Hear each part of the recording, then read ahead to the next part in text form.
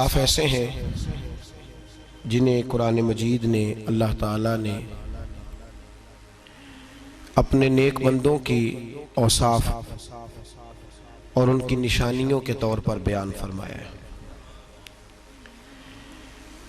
अल्लाह तबारक व तआला के नेक बंदों में कुछ ऐसी चीज़ें पाई जाती हैं, कुछ ऐसी अलामात अल्लाह ने उनके अंदर रखी होती हैं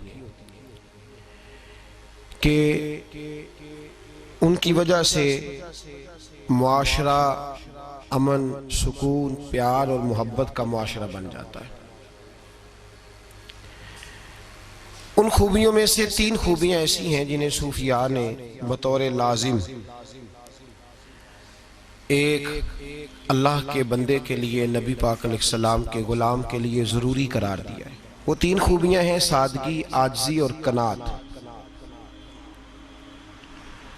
जिस आदमी के अंदर ये 3 बातें पाई जाती हैं कि वो सादा भी हो, इज्ज़ो इनकिसार वाला भी हो, और जो चीज़ें अल्लाह ने उसे दी हो उस पर उसकी कनात भी हो, वो राज़ी भी हो, तो ऐसे शख्स पर अल्लाह तबारक व तआला की ख़ास रहमत नाजिल होती है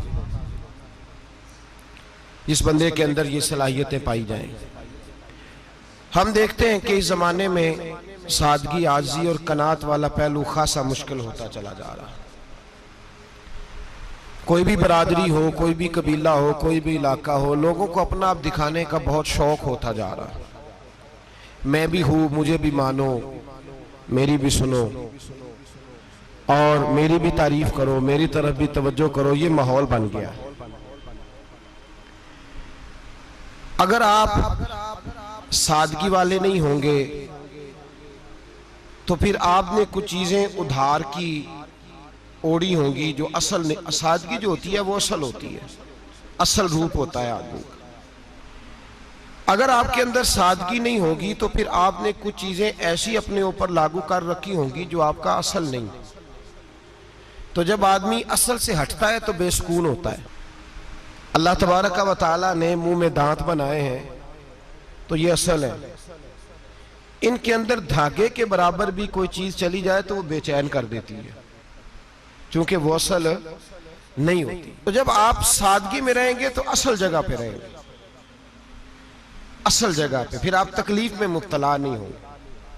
आजिज़ी का मतलब ये होता है कि आप अल्लाह के किसी बंदे को हकीर ना समझें, छोटा ना समझें, जलील ना समझें। एक होती है एहसासे कमतरी कि समझना कि मैं माली तौर पे मेरे पल्ले कोई शय नहीं है, देखो कितना, ये एहसासे कमतरी है। आजिज़ी ये होती है कि ये ना समझ ले बंदा कि मेरे अंदर सलाहियत ज़्यादा है, ये कमी है, ये छोटा है, ये निकम्मा है, ये बिल्कुल गुनाहगार है, ये तकब्बुर है।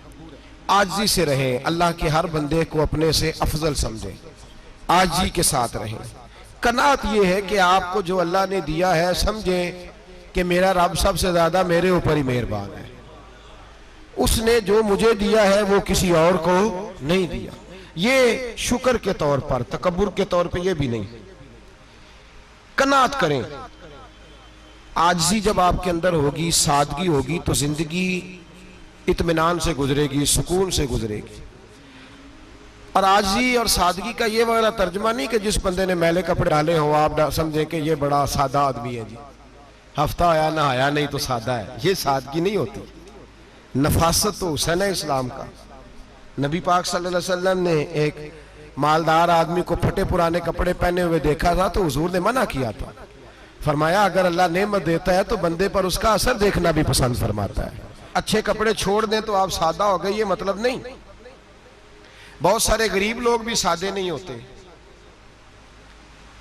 जो हर वक्त कहता रहता है मैं किसी चौधरी को कुछ नहीं समझता, तो वो सादा है। जो कहता रहता है कोई नहीं मेरी नजर में, मैं आप बड़ा सियाना हूं, फलाना बंदा आया तो मैंने लाजवाब कर दिया, 2 बातें नहीं फिर वो कर सका आगे के, तो आप सादे। आप तो बड़े महान तेज आदमी है भाई, आप तो अपनी करामत सुना रहे। सादगी का मतलब है बेतकल्लफ जिंदगी, जिसमें कोई तकल्लुफ ना पाया जाए। जो बंदा हो वही वो बयान करे, ये सादगी है। ये सादगी के खिलाफ है कि आप जो नहीं है वो आप। मेरा एक तजर्बा है, इसको आप कुरान और हदीस का निचोड़ ना समझिएगा, मेरी जाती बात है तो इसको ज़ादी रहने दीजिएगा। कभी कभी मैं परेशान होता हूँ, आप किसी की दावत खाने जाए ना, वो अकीके की हो, वलीमे की हो, कोई भी हो, अच्छा जब आप खा लेते हैं ना तो फिर वो आदमी मुतालबा करता है कि आप उसकी तारीफ करें, फिर उसका ये मुतालबा होता है। वो बिल्कुल मेरी तरह का देहाती भी हो तो कहता है मैं मुंडिया कल आख्या कि लियाओ फिर कोई कट्टा चंगा तगड़ा जिहा, अज जी आखन ना कि जनाब यदी दावत सी ते इस पकाए कुछ नहीं। वो फिर जिसले कट्टा एडा वधिया लिया के नाई अगे रखा तो उन्हें पहली बारी इंज दा वेख्या, उन्हें फिर बनाया कि कमाल कर छड़ी। मुतालबा क्या है उसका भला, तो आखे कि जिंज दी तुसां रोटी पकाई मैं कदे नहीं खाधी। ये हर आदमी का मुतालबा, हर आदमी। जनाब मैं सवेरे गया हूं तो ताजी सब्जी स्पेशल आपके लिए मैं लेके आया हूं, और ये वो वाली लाया हूं जो मिलती नहीं थी पूरी दुनिया से, सिर्फ मुझे मिली है। तो ये आजिज़ी नहीं, ये सादगी नहीं, ये बनावट है। ये मैं अमीर गरीब ये सारे लोग ये काम करते हैं, सारे। जो हम नहीं वो हम बन के दिखाते हैं, जो हम हैं नहीं वो हम बनते हैं। उसका नुकसान ये होता है कि जब वो चीज जो असल नहीं होती वो आती है तो तकलीफ देती है। नबी पाक अलैहिस्सलाम की जिंदगी सादी थी। किस तरह की सादी थी? दो जुमले, हजरत अब्दुल्ला इब्ने अब्बास के दो जुमले और बात खत्म कर दी। फरमाते हैं मेरे रसूल पाक अलैहिस्सलाम की जिंदगी सादी थी। ये कैसी सादी थी? फरमाते हैं जो मिलता था हुजूर पहन लेते थे, जो सामने आता था खा लेते थे। कोई तकल्लुफ नहीं कि मैंने ये नहीं खाना, ये खाना है, ये नहीं लेना, ये लेना है। ये मिजाज नहीं, तबीयत नहीं। हमारी तो पसंद नापसंद होती है ना। हुजूर को कद्दू ज्यादा पसंद था, ये तो आपको हदीस में मिलेगा, ये तो मिलेगा। लेकिन ये नहीं मिलेगा कि नबी पाक सल्लल्लाहु अलैहि वसल्लम को गंदम नापसंद थी, ये नहीं मिलेगा। आपको ये तो मिलेगा कि रसूल पाक को दूध ज्यादा पसंद था, ये नहीं मिलेगा कि सादा पानी नापसंद था। ये तो आपको मिलेगा कि नबी करीम सैयद आलम सल्लल्लाहु अलैहि वसल्लम जमीर पर सोने को पसंद करते थे। ये नहीं मिलेगा कि चारपाई पर सोने को नापसंद करते थे। यानी हुजूर की जिंदगी सादी है, उसमें तकल्लुफ हमारी पसंद नापसंद होती है, और जो जोश है हमें पसंद नहीं वो फिर है ही नहीं सही, वो गलत हो गई फौरन, वो सिरे से उसका कोई असर ही नहीं रहा, वो बिल्कुल तबाह हो गई। मेरे हबीब पाक सैयद आलम अलैहिस्सलाम ने सादी जिंदगी गुजारी और आजिज़ी वाली जिंदगी गुजारी। हम लोग आजिज नहीं होते, आजिज नहीं हो। अगर हम लोग आजिज हो जाए तो लड़ाइयाँ खत्म हो जाए। हर खानदान में हर घर में लड़ाई है, इसका मतलब है कि आजिज़ी, जहाँ आजिज़ी होती है वहाँ लड़ाई नहीं होती, झगड़ा नहीं होता। हमारा भाई से, भतीजे से, भांजे से, बीवी से, ससुराल वालों से, रिश्तेदारों से, भाइयों से अगर इख्तलाफ चल रहा है और हर जगह चल रहा है तो सारी जगह तो गलतियां नहीं ना पाई जाती, कहीं हमारी भी गलती होती है। तो ये जो इख्तलाफ चल रहे हैं और सुलह नहीं हो रही, इसकी वजह यह है कि हमारे अंदर आजिज़ी इनकिसारी हो, तो फिर तो झगड़ा ही कोई नहीं। मेरे नबी पाक अलैहिस्सलाम की जिंदगी में आजिज़ी है, इनकिसारी है। इसलिए हुजूर ने कभी लंबी चौड़ी बातें नहीं सुनाई। सहाबा कहते हैं नबी पाक अलैहिस्सलाम तकरीर छोटी करते थे, नमाज लंबी पढ़ते थे। तकरीर, नमाज, हमारी बातें लंबी और नमाजें अल्लाह अकबर, उल्ट बिल्कुल सिलसिला। नबी पाक अलैहिस्सलाम ने सादगी, आजिज़ी को अपनाया। बहुत गरीब आदमी, बड़ा माड़ा बंदा जो 100 रुपया दिहाड़ी लेता है, और बाहर जब वो दिहाड़ी करने गया है तो वो शाम को जब उसने ना समेटा है ना वो सीमेंट और रेत और वो सारी चीजें, तो वहां वो झाड़ू फेर के आया है। फेरते हैं ना जी मजदूर झाड़ू, ये काम वो करने को तैयार है, पर अपने घर में आके झाड़ू देने को तैयार नहीं वो, इसलिए कि ये उसकी मर्दानगी के खिलाफ है। बाहर जब वो गया है, किसी होटल में काम कर रहा है, टाई पैंट कोट पहन के वो बड़ा अच्छा, वहां अगर उसको बर्तन धोने पड़े हैं तो धो लिए, बल्कि अगर नाराज ना हो जाए बाहर रहने वाले साथी तो ढेरों लोग बाहर जाके होटलों में बर्तन मांजते हैं, लेकिन वहां उनके रोब को, उनके नाम को कोई धब्बा लगता, लेकिन घर के अंदर जिस बर्तन में उन्होंने खुद रोटी खाई है, अगर उनको ये कह दिया जाए ना कि ये धो लो, तो फिर तो तलाक तक नौबत आ जाती है, फिर तो मसला खराब है। फिर तो हो सकता है कि बीवी की अम्मा की भी खैर ना हो, तुझे उसने सिखाया ही कुछ नहीं, मुझे ही तूने कह दिया उठ जा। ये हमारा हाल है। और है हम सारे आजिज मिस्कीन, है हम सारे माड़े गरीब, ये सारा अपनी जगह तय। लेकिन जहां डटना है, बल्कि यूं समझ लें कि जहां रोब ना चला वहां मिस्कीन हो गए, और जहां चल गया अब बादशाह हो गए। मेरे रसूल पाक सैयद आलम अलैहिस्सलाम का उसवा नूर सुनो।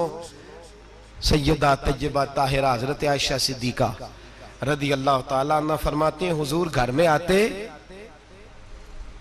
अगर घर के अंदर झाड़ू देने वाला है तो मुस्तफा ने उठा के काम करना शुरू कर दिया है।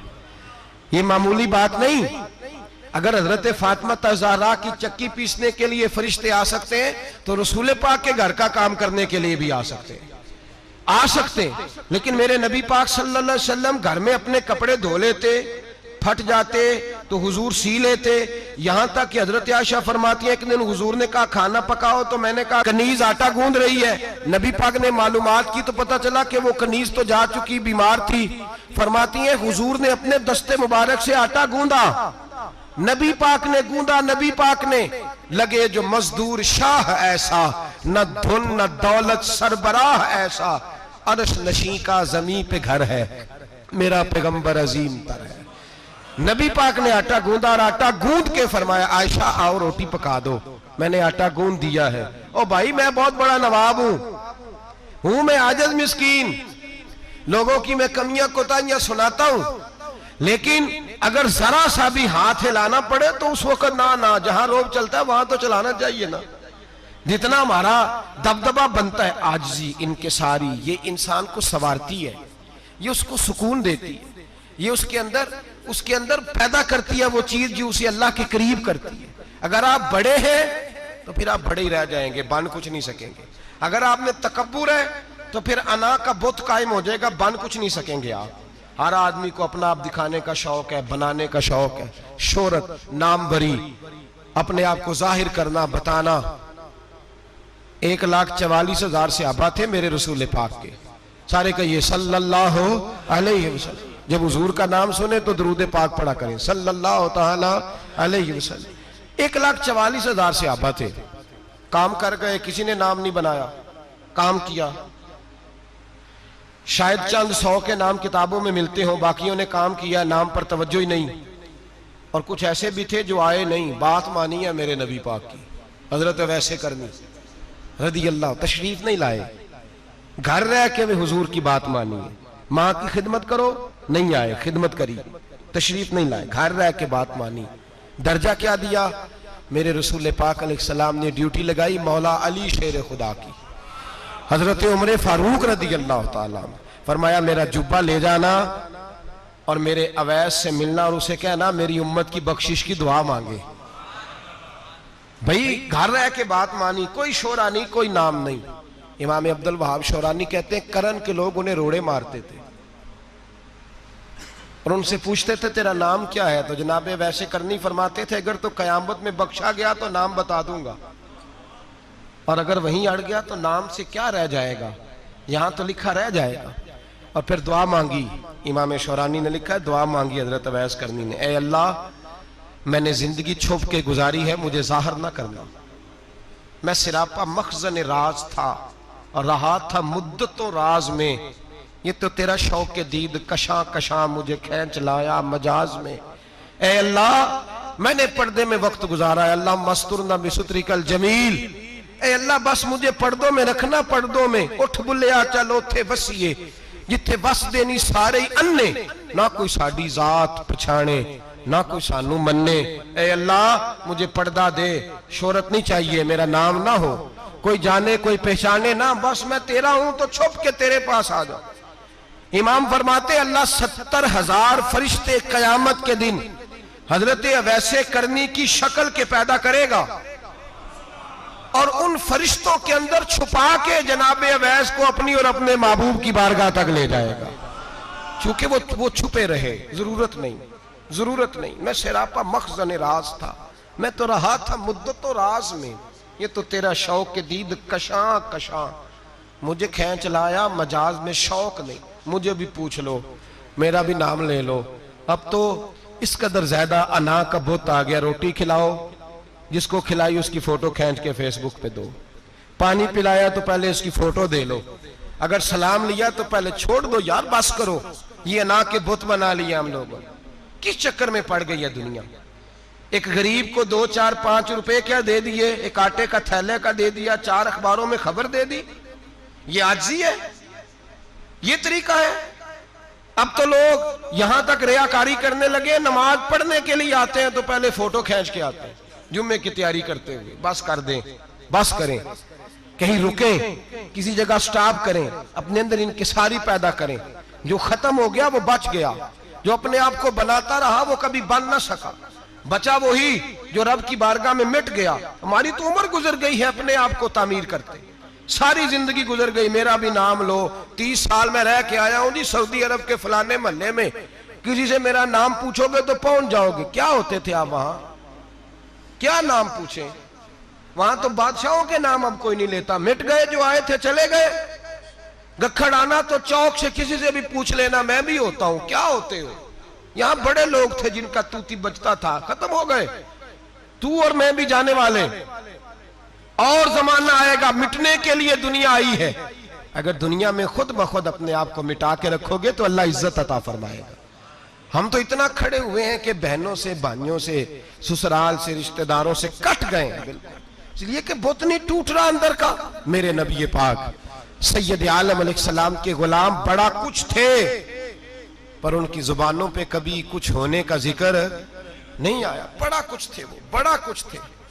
हजरत अबू बकर सिद्दीक रदी अल्लाह, बड़ा कुछ थे ना, क्या बात थी। मेरे मुस्तफ़ा करीम सैयद आलम सल्लल्लाहु अलैहि वसल्लम ने फरमाया, अबू बकर मेरा वो खलील है कि दुनिया में भी मेरा सज्जन है, कयामत में भी मेरा दोस्त होगा। दुनिया और आखिरत में वही अबू बकर है।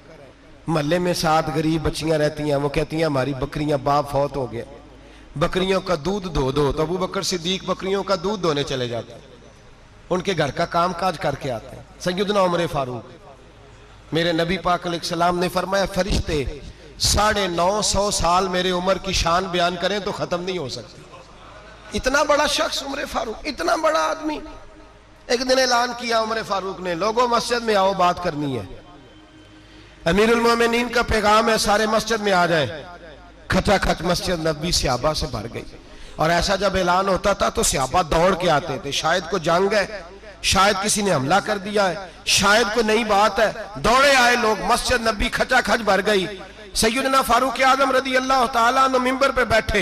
हजरत अब्दुर्रहमान इब्ने औफ रदी अल्लाह तआला अन्हु फरमाते हैं कि सहाबा तजस्सुस के देख रहे हैं कि पता नहीं किसी तरफ से पैगाम नहीं आ गया, कोई काफिर हमला नहीं करने लगा, अल्लाह जाने क्या हुआ है, बड़ी परेशानी है। उमर बैठे, अल्लाह की हम्द की, नबी पाक सल्लल्लाहु अलैहि वसल्लम पर दुरूद पढ़ा, और फिर उमर फारूक बोले, फरमाने लगे, मैं जब मक्के में रहता था ना तो कभी घर में कहत आ जाता था, कभी कहत आता था घर में, बकरियों के दूध खुश्क हो जाते थे, गंदम नहीं मिलती थी, पानी नहीं होता था। तो फरमाया मेरी अम्मा मुझे खाला के घर भेज देती थी। कबीला बनु मखजूम, उस कबीले में मेरी खाला की शादी हुई थी तो वो मालदार लोग थे, उनके पास ज्यादा बकरियां, ज्यादा ऊंट, ज्यादा गायें, ज्यादा खेत थे। हजरत उमर फारूक फरमाने लगे, मैं उनके घर जाता तो मेरे खालू समझ जाते कि उमर को इसलिए भेजा गया है कि कहत आ गया है। फरमाते हैं वो मुझे सवेरे बकरियां चराने ले जाते, शाम तक मैं उनकी बकरियां चराता। अमीरुल मोमिनीन उमर, एक तरफ मसला यह है कि कैसर व किसरा की दीवारें हिल रही हैं उमर के नारों से, और इधर उमर मिंबर पे बैठ के खुतबे दे रहे हैं। फरमाते हैं मैं बकरियां चराता, शाम तक खाला के घर जाके मजदूरी करता, और फरमाते हैं शाम होती तो एक मुट्ठी किशमिश मुझे देते वो। आप फरमाते हैं मैं बड़े कद वाला था, एक मुट्ठी किशमिश मिलती है, कभी एक मुट्ठी खजूरें, मैं शाम को खा के सो जाता। कई महीने यूं ही गुजरते तो मेरी अम्मा का पैगाम आता कि हालात सही हो गया, मेरे बेटे को भेज दो। ये बात कही, हजरत उमर रोने लगे और फिर कहने लगे अब वो वक्त आया है कि लोग मुझे अमीरुल मोमिनीन उमर कह के पुकारते हैं। बस ये 2 बातें की। उमर ने कहा चलो जोहर का वक्त हो गया, अजान पढ़ो, उठो नमाज पढ़े, उठो। अजान हुई, इकामत हुई, जनाबे उमर ने नमाज पढ़ाई। लोग चले गए तो सैयदना अब्दुर्रहमान इब्ने औफ यराना था जनाब उमर से, बाजू पकड़ के कहने लगे उमर सियाना बंदा यार तू ये दो बातें सुनाने के लिए इतना मजमा इकट्ठा किया था, ये दो बातें कहने के लिए कि मैं खाला के घर जाके मजदूरी करता था तो एक मुट्ठी किशमिश मिलती थी, एक मुट्ठी खजूरें, ये कहने के लिए कि मैं बकरियां चराया करता था। तो हजरत उमर फारूक रदी अल्लाह ताला अन्हु फिर रोए, फिर आंखों में आंसू आए। कहने लगे अब्दुर्रहमान आज ना मिस्र शाम से कुछ लोग आए थे और वो बता रहे थे कि उमर तेरा डंका वहां भी बड़ा बजता है। वो मुझे कह रहे थे तेरे नाम के वहां भी बड़े दबदबे हैं, बड़े तज़किरे हैं। तो मेरा नफ्स मुझे कह रहा था उमर देखा देखा तू यहां बैठा है और वहां तेरे नाम का शोर हो रहा है, मुझे इसने बड़ा किया है। तो मैंने आज मुस्तफा के सारे गुलाम इकट्ठे करके अपनी औकात बता दी है। मैंने अपनी औकात बताई है कि मैं कुछ नहीं, कोई शय नहीं, कोई चीज ही नहीं, असी किसी दे कुछ नहीं जे लगदे, ना कोई साडा दर्दी। मैंने बताया है कि मैं तो किसी के बकरियां चरा के एक मुट्ठी किशमिश लेके गुजारा किया करता था। गुजारा मुझे मेरे कुछ साथी ना ले गए गुजरांवाला सर्दियों के मौसम में, मुझे कहने लगे स्वेटर पसंद कर लें अपनी मर्जी का। तो मैंने कहा यार मुझे तो वही मजा आता है जो मेरी अम्मा क्रोशिये से बनाया करती थी, वही वो पहले अब्बा पहनते थे, फिर वही स्वेटर बड़ा भाई पहनता था, फिर हमारे खाते में आ गया। और फिर उसकी तारीफें होती थी गुर्बत छुपाने के लिए, उसकी तारीफें होती थी बड़ी बड़ी मेहनत से बना है जी, क्या बात है, बड़ा गर्म है, तो अब छोटे भाई को दे दिया जाए। हमने कहा वो वही जमाना देखा है, वही रंग देखा हुआ है और उस पर फख्र है। अब तो लोग जब कुछ हो जाता है ना, दो चार लोग जानने लगते हैं तो लोग फटाफट दावा कर देते हैं खानदानी रईस आज़म हो, बड़ी बात है। ऐसी कोई बात नहीं, जिसको अपना आप याद रहता है उसे खुदा भी याद रहता है, जिसे अपना आप याद रहता है उसे रसूलुल्लाह भी याद रहते हैं, जिसे अपना आप याद रहता है उसकी नजर में दूसरे लोग भी कुछ होते हैं।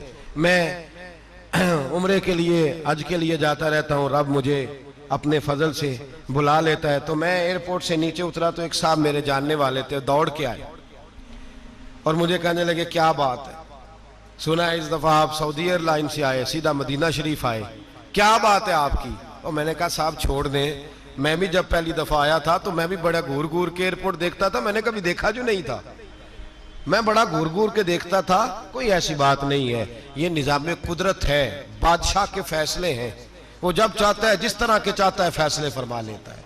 तो ये उसके फैसलों की बात है।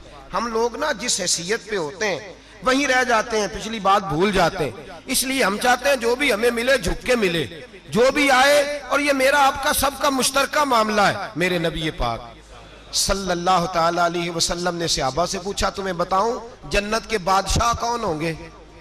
जन्नत के आम लोग नहीं, जन्नत के, बोलिएगा जरा, जन्नत के अल्लाह बादशाह। जन्नत में तो जाना बड़ी बात है, हुजूर जन्नत का भी बादशाह। इब्ने माजा में लफ्ज है, तुम्हें पता है जन्नत के बादशाह कौन होंगे? तो मेरे मुस्तफा करीम सल्लल्लाहु ताला अलैहि वसल्लम के गुलामों ने कहा हुजूर हमें नहीं पता। तो हुजूर ने फरमाया जन्नत के बादशाह वो लोग होंगे जिन्हें दुनिया में कोई भी नहीं जानता था, जिनके कपड़े सादे होते थे, जो गरीब लोग होते थे, जो सिफारिश करते थे तो उनकी कबूल कोई नहीं करता था, जो किसी के साथ जाते थे तो उनको मानता कोई नहीं था, वो जन्नत के बादशाह होंगे, बादशाह। और फरमाया क़यामत के दिन जब लोग उन्हें देखेंगे तो उन पर फख्र करेंगे, रश्क करेंगे, कहेंगे क्या बात है तुम्हारी। यहां तो शौक ही बड़ा है, गरीबों ने भी पोस्टर बनाए हुए हैं, डाकुओं, लुटेरों, चोरों की तस्वीरों के साथ लगवाए हुए, अपने आप को बड़ा करने के लिए। आजी इख्तियार करें, आजी इख्तियार करें, अपने आप को मिटाने की कोशिश करें। रब करीम के बंदे आगे बढ़ बढ़ के अपना आप दिखाते नहीं, बड़ा शौक है, पहले फोटो खिंचा लो, बाकी बातें बाद में होंगी, पहले वीडियो बना लो, बाकी कुछ और बाद में होगा। पहले अब तो परसों तरसों मुझे एक मौलाना कहने लगे कि आपसे मैंने, वो यहाँ जुमा पढ़ने आते हैं कभी कभी, मेरे दोस्त हैं, कहते हैं आपसे मैंने सुना था कि अगर कोई उस नबी पाक का फरमान है, अगर कोई नजराना दे तो उसको ले लो, अगर कोई तोहफा दे तो उसको, हुजूर ने फरमाया ले लो अगर तुम्हें को देता है, अपनी मर्जी से, मांगना मना है, खुद दे दे तो ले लो, वरना एक वक्त आएगा तुम मांगोगे तुम्हें मिलेगा नहीं, जब को दे दे तो ले लो। कहने लगे आपने कहा था आपको दे दे, तो उस वक्त से मैं कोई सूट देता है मुझे मेरी मस्जिद का नमाजी तो मैं ले लेता हूँ, कोई मुझे कोई और शय देता है तो मैं आपसे सुन के। तो अगर मेरी मस्जिद का नमाजी सूट पकड़ाते साथ फोटो भी खींचे तो फिर मेरे लिए क्या हुक्म है? वो खुशबू की डब्बी देते हुए साथ फोटो भी खींचे, फिर मेरे लिए क्या हुक्म है? कहने लगे रमजान में ये हाल हुआ है कि लोग कपड़े दे रहे थे और फोटो खींच रहे थे। क्या चक्कर है, कहां चले गया? गरीब आदमी की इज्जत नफ्स को कुचल डाला पकड़ के। एक जोड़ा साल के बाद इमाम को दिया, उसकी भी तस्वीर खींच के फेसबुक पे दे डाली। ये हमारी आजिज़ी है, ये हमारा प्यार है, ये हमारा अंदाज है। भाई ये हम गलत रास्ते पे, गलत डगर पे चल निकले, हमें वापस आना पड़ेगा। मेरे नबी पाक अलैहिस्सलाम ने आजिज़ी को पसंद किया। हुजूर शोहरत से, नामवरी से दूर रहते। नबी पाक अलैहिस्सलाम ने आजिज़ी, इनकिसारी और सादगी और कनात इनको अपना के रखा, सीने से लगा के। ये नहीं कि माल नहीं आया, बहरीन से लाखों दिनार आए हुजूर के जमाना ज़ाहिरी में। तबूक के बाद फतूहात हुई तो लाखों दिनार आए, लेकिन हजरत आयशा कहती है हमारे घर में 4 दिन के बाद ही रोटी पकी है, हमने एक वक्त ही खाना खाया। लाखों रुपया आया है, पर हमारे घर के अंदर जो खाना आया है वो सिरका ही आया है। हमने रात अगर रोटी बच गई है तो सवेरे उठ के रात वाली खाई है। हमारे घर के अंदर वही हालात रहे, इसलिए कि मेरे नबी पाक अलैहिस्सलाम ने फरमाया मैं तुम्हारी दुनिया से हासिल करने नहीं आया, मैं तो मुसाफिर की तरह वक्त गुजारने आया। हम ज्यादा के चक्कर में निकले तो बड़ा कुछ कुचल के आ गए। बड़ा कुछ आजी जब पैदा होती है, इनकिसारी जब पैदा होती है, जब तवाज़ो आती है, फिर इंसान बनता है, फिर वो समझता है, फिर उसके अंदर तब्दीली आती है, फिर वो। और बुजुर्ग फरमाते हैं आजी वाले को नमाज में भी लज्जत आती है, वरना तो किसी ने पूछा था, एक शायर इस्लामाबाद में रहते थे, तो उनसे किसी ने पूछा कि आपका शहर किस तरह का है? उन्होंने कहा मेरा उस शहर अदावत में बसेरा है जहां लोग सजदों में भी लोगों का बुरा सोचते हैं। मेरा उस शहर अदावत में बसेरा है जहां लोग सजदों में भी लोगों का, नमाज पढ़ते हुए कहते हैं देखो कितनी बू आ रही है इससे, कपड़े नहीं बदल के आया, नमाज पढ़ते हुए भी साथ वाले के बारे में बुरा सोच रहे। जब आजी सैयद अहमद कबीर रिफाई रहमतुल्लाह ताला अलैह, ये सिलसिला रिफाइया के शेख हैं, आला हजरत रहमतुल्लाह अलैह ने इनकी बड़ी तारीफ लिखी है फतावा रज़विया में। मिस्र के अंदर सिलसिला रिफाइया और शाज़िलिया, बहुत सारे लोग इस सिलसिले में मुरीद हैं। सैयद अहमद कबीर रिफाई इतने बड़े सूफी थे कि मेरे मुस्तफ़ा करीम सल्लल्लाहु अलैहि वसल्लम के रोजे पर हाजिरी देने गए। नबी पाक की बारगाह में हाथ दुआ करें, अल्लाह हम सबको वहां हाजिरी नसीब फरमाए, अल्लाह हम सबको बार बार ये मौके अता फरमाए। सैयद अहमद कबीर रिफाई हाजिरी देने गए तो जब नबी पाक के गुम्बद पे पहुंचे तो कहने लगे या रसूलल्लाह मैं कब्र देखने नहीं आया, मैं तो दीदार करने आया। हुजूर ये तो ज़ियारत में करता रहता था, दीदार करने आया। ये कह के रोने लगे, इतनी देर रोए कि मेरे मुस्तफ़ा करीम ने अपना दस्ते मुबारक कब्र से बाहर निकाल दिया, हाथ मुबारक बाहर आया। 10,000 लोगों ने देखा। कितने लोगों ने? अब यहां भी लोगों को शक होगा जी कैसे बाहर आया, तो बुखारी सुना देता हूं, मसला जरा हल हो जाए। मस्जिद नबी की तामीर हो रही थी, तामीर तो कहते हैं कि दीवार नहीं, तामीर करते वक्त ना एक दीवार गिरी, ये बुखारी के लफ्ज है। दीवार गिरी तो एक पैर बाहर आ गया, पैर को देखा तो कहते हैं हाथ रखते थे तो उसमें बिल्कुल ऐसे था जैसे खून साइडों पे हो गया, बिल्कुल जिंदा। शोर हो गया कि ये नबी पाक का कदम मुबारक है, हुजूर का। बहुत सारे लोग इकट्ठे हुए, उलमा को बुलाया, पैर देखा तो कहने लगे नबी पाक का नहीं, ये तो सैयदना फारूक आजम का है। जब ये कहा ना फारूक आजम का है तो फिर एक शोर उठा कि ये हाल है उनके गुलामों का, तो सरकार का आलम क्या होगा। ये हाल है उनके गुलामों का तो फिर सरकार का आलम। ये बुखारी है। तो जिंदा है वल्लाह, तो जिंदा है वल्लाह, मेरी चश्मे आलम से छुप जाने वाला। सैयद अहमद कबीर रिफाई इतने बड़े, नबी पाक सल्लल्लाहु अलैहि वसल्लम ने दस्ते मुबारक बाहर निकाला, 10,000 लोगों ने देखा। किसी ने हजरत सैयद अहमद कबीर रिफाई से पूछा कि बाबा इतना बड़ा दर्जा, इतना बड़ा मकाम कैसे मिला? तो बाबा जी कहने लगे जिंदगी में कभी किसी को हकीर नहीं समझा, किसी को कभी हकीर, कभी किसी को अपने से कमतर नहीं समझा। तो अल्लाह ने देखे ना, अगर आप नहीं समझेंगे तो उसके लिए भी आपको उन्वान मिल जाएंगे, और अगर समझना है अपने आप को बड़ा तो उसके लिए भी मौके मिल जाते हैं। हजरत शफीक बल्खी बहुत बड़े सूफी बुजुर्ग हुए, पर नौजवान थे, जवानी में ही अल्लाह ने बड़ा मर्तबा दिया। हजरत अब्दुल्ला बिन मुबारक बूढ़े थे, दोनों एक महफिल में इकट्ठे हुए। अब बगदाद सारा मानने वाला था और दोनों का मानने वाला था। आखिर में दुआ बुजुर्ग कराया करते थे महफिल के इख्तिताम पर। हजरत शफीक बल्खी जनाब अब्दुल्ला बिन मुबारक से कहने लगे, आप दुआ करें, आप दुआ करें, आप बुजुर्ग हैं। अब जिसने जो मानना है उसे उसके लिए उन्वान भी मिल जाएगा। हजरत सैयदना अब्दुल्ला बिन मुबारक कहने लगे, बेटे तू दुआ कर, तेरी उम्र थोड़ी है, तेरे गुनाह भी थोड़े हैं, तेरी उम्र थोड़ी है, तेरे गुनाह भी थोड़े हैं। तो सैयदना शफीक बल्खी कहने लगे, नहीं हुजूर आप दुआ करें, आपकी उम्र ज्यादा है तो नेकियां भी तो ज्यादा ही है ना, नमाजें भी तो आपकी ज्यादा है ना, रोजे भी तो ज्यादा, रमजान भी तो आपकी उम्र में ज्यादा है ना, आज भी तो आपने ज्यादा। अगर आपने किसी को अपने से बड़ा समझना है तो उन्वान आपको मिल जाए, छोटा समझना है तो उसके लिए भी उन्वान आपको। बात तो ये है कि आप क्या करना, अगर आप किसी को हकीर समझना चाहते हैं तो बात खत्म हो गई। सैयद अहमद कबीर रिफाई फरमाते हैं, जिंदगी भर कभी किसी को हकीर नहीं समझा। अल्लाह की सारी मखलूक की क्या बात है। अल्लाह कुरान में कहता है, इन्नल्लाह ला यस्तही अन यदरिब मसलन मा बऊदतन फमा फौकहा। अल्लाह शर्म नहीं करता कि एक मच्छर की मिसाल बयान करे या उससे भी कमतर। अल्लाह मच्छर की बात करता है इतना बड़ा होके, वो कहता है मैं करूंगा, मेरी मखलूक जो है मेरी तो हजरत अहमद कबीर रिफाई फरमाने लगे, मैंने कभी किसी को हकीर, बोलिए कभी किसी को हकीर। हम लोगों के पास उन्वान बड़े हकीर समझने के लिए, हम समझ लेते हैं। अमीर आदमी कहता है गरीब मेहनत क्यों नहीं करता, मेहनत करे अमीर हो जाएगा। उन्वान हुआ कि ना तनकीद करने का। 4 बच्चे हैं, करें कमाई, अमीर हो जाएंगे। अब वो हकीर समझ रहा है गरीब को, गरीब भी अमीर को हकीर समझता है। वो भी कहता है जो इसने कमाया सारा ही हराम है, जायज एक पैसा नहीं, उसने भी हकीर समझ लिया। यानी वो ये कह रहा है कि मैं हलाल खाता हूं, ये अमीर हराम खाते हैं, तो बात खत्म हो गई। उसने भी हकीर समझ लिया, इसने भी हकीर समझ लिया। अब उन्वान ही था ना, अगर उन्वान बदल लेते तो बात बन जाती। अमीर अगर ये कहता कि मैं इस गरीब की मदद करूंगा इसलिए कि पैसे मेहनत से नहीं मिलते, खुदा के फजल से मिलते हैं, तो वो ये ना कहता कि ये मेहनत करता तो आगे चला जाता। और गरीब अगर समझता इस बात को तो ये ना कहता अमीर सारे हराम ही खाते हैं, वो कहता भाई रब ने जो मेरे लिए पसंद किया मुझे दिया, जो इसके लिए पसंद किया इसे दिया, बात खत्म हो गई, झगड़ा खत्म।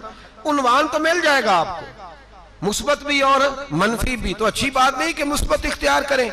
सैयद अहमद कबीर रिफाई कहते मैं गुजर रहा था, एक दिन मेरे साथ ऐसा हुआ कि मैं गुजर रहा था खेत के अंदर से, इधर भी पानी था इधर भी पानी था। होता है ना पानी पानी होता है फसलों में कई दफा। कब होता है ज्यादा पानी? नहीं, जब कद्दू करी रहे जी, वो जब कद्दू करते हैं ना तो दोनों जाने पानी भरा होता है ना जी, वो ट्रैक्टर भी पानी में चलता है। मैं पेंडू हूं ना, मुझे ज्यादा पता है क्या हालात होते हैं। तो वो इधर भी पानी इधर भी पानी, तो दरमियान में से वो मुंडेर होती है छोटी सी, वाटा खीदा अपनी जुबान है। तो कहते इधर भी पानी था इधर भी पानी था। सैयद अहमद कबीर रिफाई कहते हैं मैं गुजर रहा था, असर की नमाज का टाइम हो गया, मैं जल्दी जल्दी जा रहा, सामने से कुत्ता आ गया। इंसान अशरफुल मखलूकात है, लेकिन वो अल्लाह का शुक्र करेगा कि उसने मुझे अशरफ बनाया है। ये नहीं कह सकता कि ये मखलूक हकीर है, ये बुरी है, ये नहीं कह सकता। शुक्र करे कि मुझे अल्लाह ने अशरफुल। सैयद अहमद कबीर रिफाई कहते कुत्ता आ गया सामने से। अब कुत्ता आया तो मुझे जल्दी थी, कुत्ता भी भीगा हुआ था। अब मेरा दिल करे कि कुत्ता नीचे उतरे तो मैं गुजरूं, कुत्ता खड़ा है कि ये साइड पे हो तो मैं गुजरूं। कहते हैं देर हो गई तो मुझे डर लगता था, मैंने कभी कुत्ते को भी नहीं झिड़का था, कभी कुत्ते को भी, अपनी इतनी हैसियत ही नहीं, झिड़का ही नहीं कभी किसी को। आप फरमाते हैं देर हो गई तो मैंने कहा या अल्लाह, हजरत सैयद अहमद कबीर कहते हैं मैंने कहा या अल्लाह इस कुत्ते को जुबान ही दे दे, मैं इसे कुछ समझा ही दूं, इसे जुबान ही दे दे, तू तो कादर मुतलक है। उसे जुबान दे दी। तो मैंने कुत्ते से कहा नीचे उतर जा, मैंने नमाज पढ़नी है। तो कहने लगा बाबा जी आप उतर जाए, आप उतर जाए, आप उतर जाए, मैं क्यों उतरूं? तो सैयद अहमद कबीर रिफाई कहते हैं मैंने उससे कहा कि बात यह है कि मेरे ऊपर नमाज फर्ज है, तेरे ऊपर फर्ज नहीं। तो मैंने नमाज पढ़नी है। अगर मैं खेत में उतर गया तो कीचड़ है, मेरे कपड़ों को मिट्टी लग जाएगी, पता नहीं पानी पाक है कि नापाक है, तो तू उतर जा, तेरे ऊपर नमाज नहीं फर्ज, तो मुझे जाने दे। तो सैयद अहमद कबीर रिफाई कहते हैं उसने ऐसी बात की कि मेरे ऊपर वजद तारी हो गया। कुत्ते ने बात की तो मैं कांपने लगा। राती जागे शेख सदावे, राती जाग दे कुत्ते, तैथों उत्ते मालक दा दर मूल न छड़ दे, भावे मारो 100 जुत्ते तैथों उत्ते। वो एक बुरकी दा कदर पछानन, भावे मालक हो मन सुत्ते तैथों उत्ते। रुखा सुखा खा दिने जार रुखा विच सुत्ते ते तैथों उत्ते। उठ बुलिया चल यार मना ले, नहीं ते बाजी लै गए नहीं कुत्ते। उठ बुलिया चल यार मना ले, नहीं ते बाजी लै गए कुत्ते ते तैथों उत्ते। सैयद अहमद कबीर रिफाई कहते हैं वो मुझे कहने लगा आप उतर जाए। तो मैंने कहा भाई मेरे ऊपर नमाज फर्ज है, तेरे ऊपर फर्ज नहीं, तू उतर जा, मेरे कपड़े आलूदा हो जाएंगे तो क्या करूंगा। तो कहते हैं उसने बात की तो मैं घबरा गया और छलांग लगा के मैं खेत में उतर गया। मुझे कहने लगा बाबा जी कपड़े अगर आपके कीचड़ से आलूदा हो गए तो पानी से साफ हो जाएंगे, और अगर मुझे हकीर जान के आपका दिल आलूदा हो गया तो 7 समुद्रों से भी साफ नहीं होगा। कपड़े पानी से धुल जाएंगे और दिल अगर तकब्बुर से आलूदा हुआ तो 7 समुद्रों से भी सही हो सकता ना। ना ना हकीर नहीं जानना, ना मौलवी को, ना सूफी को, ना दरवेश को, ना खेत में काम करने वाले को, ना पट्टे पे मजदूरी करने वाले को, ना गाड़ी का शीशा साफ करने वाले को, ना तेल डालने वाले को, ना किसी को हकीर ना जान, ना किसी के हाल पे तंज कर, ना किसी के गम का मजाक उड़ा। वो जिसे चाहे जैसा नवाज दे, ये मिजाज लुत्फ रसूल है। ना कोई आया लेके चला गया, कोई उम्र भर भी ना पा सका। मेरे मौला तुझसे गिला नहीं, ये तो अपना अपना नसीब है। भाई हकीर नहीं जानना। सैयद अहमद कबीर रिफाई फरमाते हैं वो कुत्ता तो गुजर गया, मैं दौड़ा घर गया, जाके मैंने गुस्ल किया, कपड़े बदले। फरमाते हैं पहले भी मैं असर पढ़ता था, पर आज जब नमाज पढ़ी तो बड़ा ही मजा आया। मैं सर सजदे में रखूं मेरा उठाने को जी ही ना चाहे, मैं रुकू में जाऊं तो मेरा सर उठाने को दिल ही ना चाहे। मेरा दिल करे आज मगरिब लेट हो जाए, आज सूरज देर से गुरूब हो, मैं आज सारा दिन असर ही पढ़ता रहूं। भाई जब तू आजिज़ी वाली पढ़ता है, जब तू इनकिसारी वाली पढ़ता है, जब तू हजरत सैयदना मुआविया बिन खुतैज रदिया, एक हजरत मुआविया बिन सुफियान है, एक मुआविया बिन खुतैज सहाबी है, वो कहते हैं मैं जंग फतह करके आया तो सख्त गर्मी का मौसम था, मुझे पता था कि उमर फारूक दोपहर को आराम कर रहे होंगे। आप फरमाते हैं मैं मस्जिद नबी में बैठ गया, एक बच्ची जनाब उमर के घर से निकली तो मुझे कहने लगी मुआविया आपका नाम है। मैंने कहा हाँ। अंदर जाके जनाब उमर को बताया तो उमर दौड़े आए, और जब आए तो सर पे टोपी कोई नहीं, पैरों में जूता कोई नहीं। कहने लगे मैं तेरा इंतजार कर रहा था, आज मुझे उम्मीद थी तू आएगा, तूने बताया क्यों नहीं। तो मैंने कहा हुजूर मुझे पता है रात सारी आप चेहरे पे कपड़ा डाल के मदीने की गलियों में रहते हैं, तो दोपहर को आप आराम करते होंगे, इसलिए मैंने कोशिश की कि आपको बेदार ना करूं, आप आराम कर रहे होंगे, इसलिए ये मैंने कोशिश की कि मैं बैठता हूं मस्जिद में आराम करता हूं, जब आप आएंगे तो देखी जाएगी। हजरत उमर फारूक ने जलाल किया, फरमाया तू मुझे गाफिल समझता है कि मैं सो जाऊंगा। और आप फरमाने लगे मैं कौम का खादिम हूं जिसकी इतनी ज्यादा रियाया हो वो सो जाए चुप करके, मैंने जवाब नहीं देना अल्लाह की बारगाह में। फरमाया मेरे अमीरों की तरह सोने जागने के वक्त मुकर्रर नहीं, मैं कौम का खादिम हूं, जिस वक्त भी आया करो मुझे जगा लिया करो, मुझे कब्र में जाके खुदा को भी जवाब देना है, मोहम्मद मुस्तफा को भी जवाब देना है। मेरे भाई याद रखें जब ये चीजें पैदा, और फिर हमने इन तकल्लुफात में, मैंने कई दफा ये बात बयान की है, अब तो लोग रिश्ते करते हैं तो डीसी कॉलोनी में किराए का मकान खरीदते हैं, 2-4 गैरों की गाड़ियां मंगा के दरवाजे के आगे खड़ा करते हैं, रिश्ता हो जाता है बड़ा घर देख के, और जब शादी के चौथे दिन पता चलता है कि ये किराए का मकान था, तो रिश्ते मकानों पे कायम नहीं होते, एतबार पे कायम होते हैं। वो एतबार टूटता है तो जिंदगी भर कायम नहीं होता दोबारा। जो आप हैं आप वही रहें, जो आप नहीं है वो कभी बनने की कोशिश ना करें। और मेरे अजीज ये भी याद रखें आजिज़ी आपको सवार देगी, और वैसे भी हम अल्लाह के हुजूर जाने वाले हैं, अगर पर्दों में छुप के चले जाएंगे तो बच जाएंगे, और अगर हम अपना आप दिखाते ही रहें, सारी जिंदगी इसी चक्कर में रहें कि मुझे भी पूछो, मुझसे भी मुशावरत करो, मेरी भी बात सुनो, तो ये अना की दौड़ तो खत्म ही नहीं होती। हिर्स सिर्फ पैसे की नहीं होती, हिर्स हवस शोहरत की भी होती है। और नबी पाक सल्लल्लाहु अलैहि वसल्लम ने इसको भी बयान फरमाया है कि ये जो तेरे अंदर चीज पैदा होती है ना, मैं जाना जाऊं पहचाना जाऊं, इससे भी अपने आप को बचा। सहाबा के बाद जिस शख्स की खिलाफत सबसे मजबूत हुई वो हजरत उमर बिन अब्दुल अजीज थे। इतनी बेहतरीन खिलाफत की कि लोगों को हजरत उमर का जमाना याद आ गया। हजरत उमर बिन अब्दुल अजीज, इराक में रहने वाली एक औरत थी।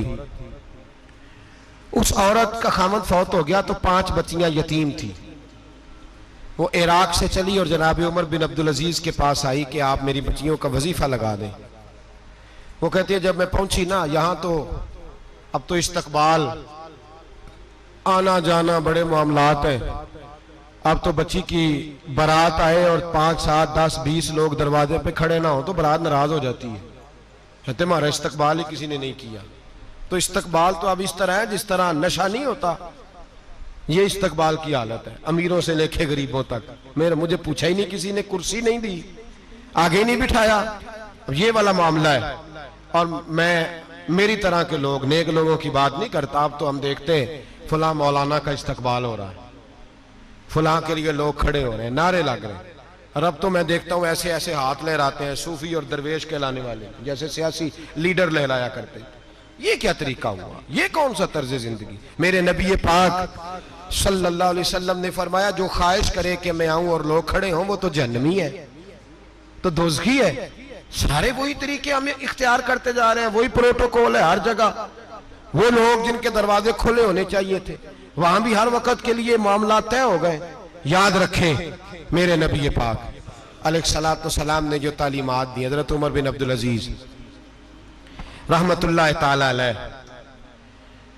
औरत कहती है मैं पहुंच गई, मैंने लोगों से पूछा घर कहाँ है, तो कहा वो जहां बोरी लटक रही है ना बाहर, टाट का पर्दा लगा हुआ है, वो हजरत उमर बिन अब्दुल अजीज का घर है।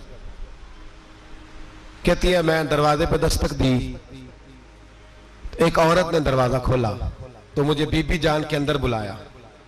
तो उनके घर के अंदर जब मैं दाखिल हुई तो बड़ा सारा सेन था, एक जानिब कुआं लगा था, एक तरफ एक बड़ा दरख्त था और एक छोटा सा बनाई हुई थी जगह बर्तन धोने के लिए। और बीबी ना बर्तनों को मिट्टी लगा के साबुन लगा के बैठी हुई थी, काम कर रही थी वो औरत। मुझे उसने दरख्त के नीचे बिठाया, पानी पिलाया। कैसे आई हो? मैंने कहा अमीरुल मोमिनीन से मिलना है। कहने लगी बैठो थोड़ी देर में आ जाते। कहती थोड़ी, मैंने समझा घर की कोई मुलाजमा है, मैं बैठ गई। थोड़ी देर गुजरी, फिर दस्तक हुई, उस बीबी ने उठ के दरवाजा खोला। तो जब वो शख्स अंदर आए तो कहने लगी बड़ी देर से बर्तनों को साबुन लगा के बैठी हूं, कहाँ रह गए थे? कहती है वो साहब कहने लगे बस जरा मसरूफ हो गया था। दौड़े गए, कुएं से पानी निकाला, बीबी को दिया, उसने बर्तन धोए। कहती है फिर थोड़ा सा सिरका और एक रात की रोटी वो लाई, उस शख्स ने खाई। मैंने कहा कि ये दोनों घर के मुलाजिम हैं, मियां बीवी काम करते हैं। जब वो खाना खा चुके तो वो औरत मेरे पास आई, कहने लगी उठ के मिल लो अमीरुल मोमिनीन से। मैंने कहा कौन अमीरुल मोमिनीन? तो कहने लगी कब से तो आए हैं, ये जिसने कुएं से पानी निकाला यही मुसलमानों का अमीर है, और ये जिसने दरख्त के नीचे बैठ के सिरके से रोटी खाई है यही है। ये फरिश्तों की दास्तान नहीं, ये वो लोग हैं। मैं रात को भी कह रहा था एक जगह पे कि ये लोग जो है ना जिनका आप रोज शिकवा करते हैं हुकूमतें बड़ी खराब हैं, ये कोई नहीं खराब, बिल्कुल खराब नहीं। जितने सियासी लीडर हैं सारे सही हैं। खराब वो लोग हैं जो इन्हें वोट दे के लीडर बनाते हैं, बिल्कुल खराब नहीं। मैं तो इनके हक में होता जा रहा हूं। नाराज हो गए ना आप लोग?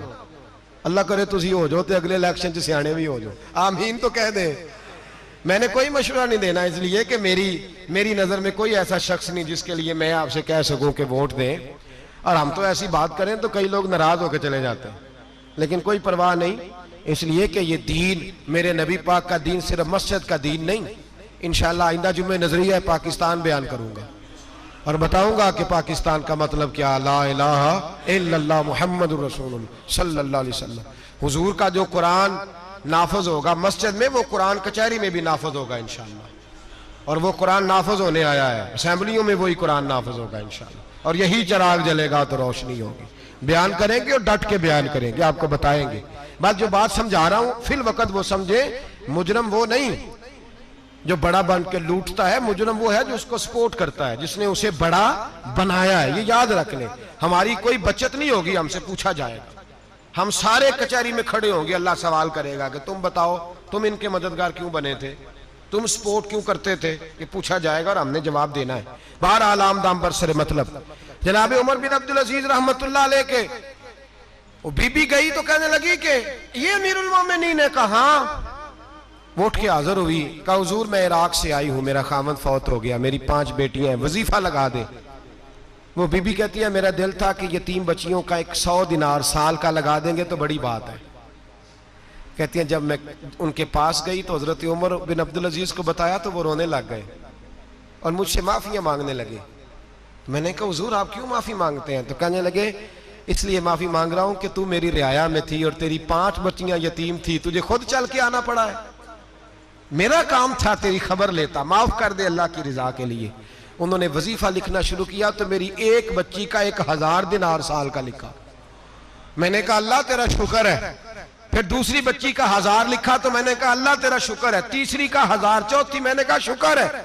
जब चौथी का लिखा तो मैंने कहा अल्लाह आपका इकबाल बुलंद करे, अल्लाह आपको हमेशा इसी तरह फलता फूलता रखे। कहते हैं जनाब उमर बिन अब्दुल अजीज ने कलम रख दिया, फरमाने लगे मैं 5वीं का वजीफा नहीं लिखूंगा, 4 बहनों से कहना बांट के इसे भी दे दें।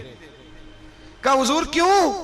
आप फरमाने लगे जब तक तू अल्लाह का शुक्र अदा कर रही थी मैं भी रब से जुड़ा हुआ था और अल्लाह से डर के लिख रहा था। अब तूने मेरी तारीफ की है, अब मेरी जात आ गई है, अब मैं अगर ये वजीफा लिखूंगा तो इससे अल्लाह राजी नहीं होगा, इससे मेरे नफ्स में रिया पैदा होगी। अब मैं 5वीं का नहीं लिखूंगा, जा और जाके इराक के गवर्नर को दे। बीबी कहती है मैं घोड़े पे बैठी और मैं चंद दिनों के बाद इराक पहुंची। जब सवेरे आके मैंने वालिए इराक को रुका दिया तो वो चीख मार के रोया। मैंने कहा क्या हुआ?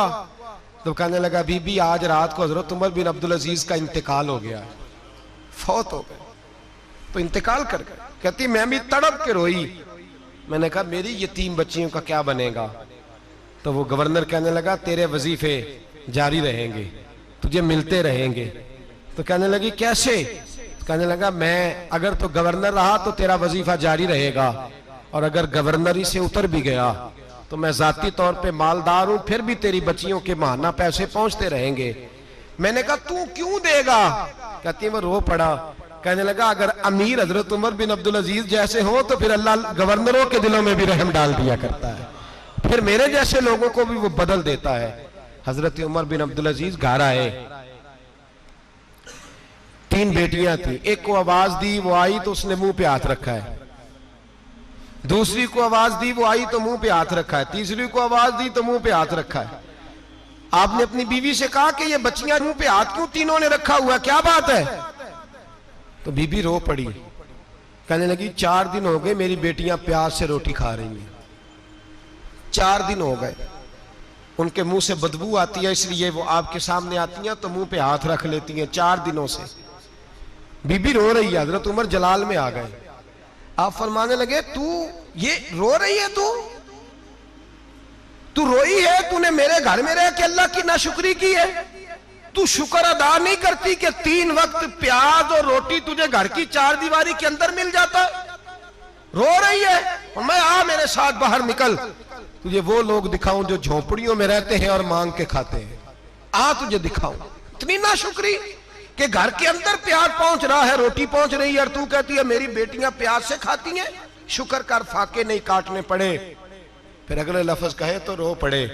फरमाने लगे मैंने तो मुस्तफा के वो हालात भी सुने हैं जिसमें कई दिन बीबी फातिमा ने फाके किए, तू घर के अंदर प्याज पहुंच रहा है तो अभी भी। सादगी, आजजी और कनात नेमत थी इन लोगों की। हमारे यहाँ रोज शिकवा है, किस बात का? गाड़ी कोई नहीं। रोज रोना है, किस बात का? बंगला कोई नहीं। रोज रोना है, किस बात का? बैंक बैलेंस कोई नहीं। 10 जोड़े क्यों नहीं ईद पे आए? और ये सिर्फ औरतों का मसला नहीं, हमारे अंदर भी ये बात बदरजे औला। हम रोज अपने आप को मिस्कीन कहते हैं, गरीब कहते हैं, लाचार कहते हैं, मजबूर कहते हैं। कभी देखो वो जो झोंपड़ियों में रहते हैं, कभी पलट के देखो लोगों की तरफ जो पैदा हुए तो आंखें कोई नहीं थी, हाथ कोई नहीं थे, पैर कोई नहीं थे, वो देखो जो पैदा हुए तो सर पे बाप का साया कोई नहीं था। कैसे कैसे लोग वक्त गुजार रहे हैं। हम रोज आके कहते हैं कारोबार ठंडा हो गया है, हालात बड़े खराब हो गए, हम बड़े मजबूर। क्या हो गया साहब? अल्लाह के दिन है सारे, अल्लाह के दिन है। वसल अच्छा है ना फिराक अच्छा है, यार जिस हाल में रखे वही हाल अच्छा है। बस अपने आप को मुतमईन करें, आजिज़ी, इनकिसारी, किनात, सादगी, इसको अपनी जिंदगी का हिस्सा बनाए। अल्लाह दौलत सुकून अता कर देगा। माशाल्लाह, सुभान अल्लाह, जज़ाकल्लाह। ठीक खूबसूरत बयान। अल्लाह पाक हमें अमल करने की तौफीक अता फरमाए। अगर वीडियो अच्छी लगी हो तो लाइक करें, शेयर करें अपने दोस्तों के साथ और इस नेकी के काम में भरपूर हिस्सा लें।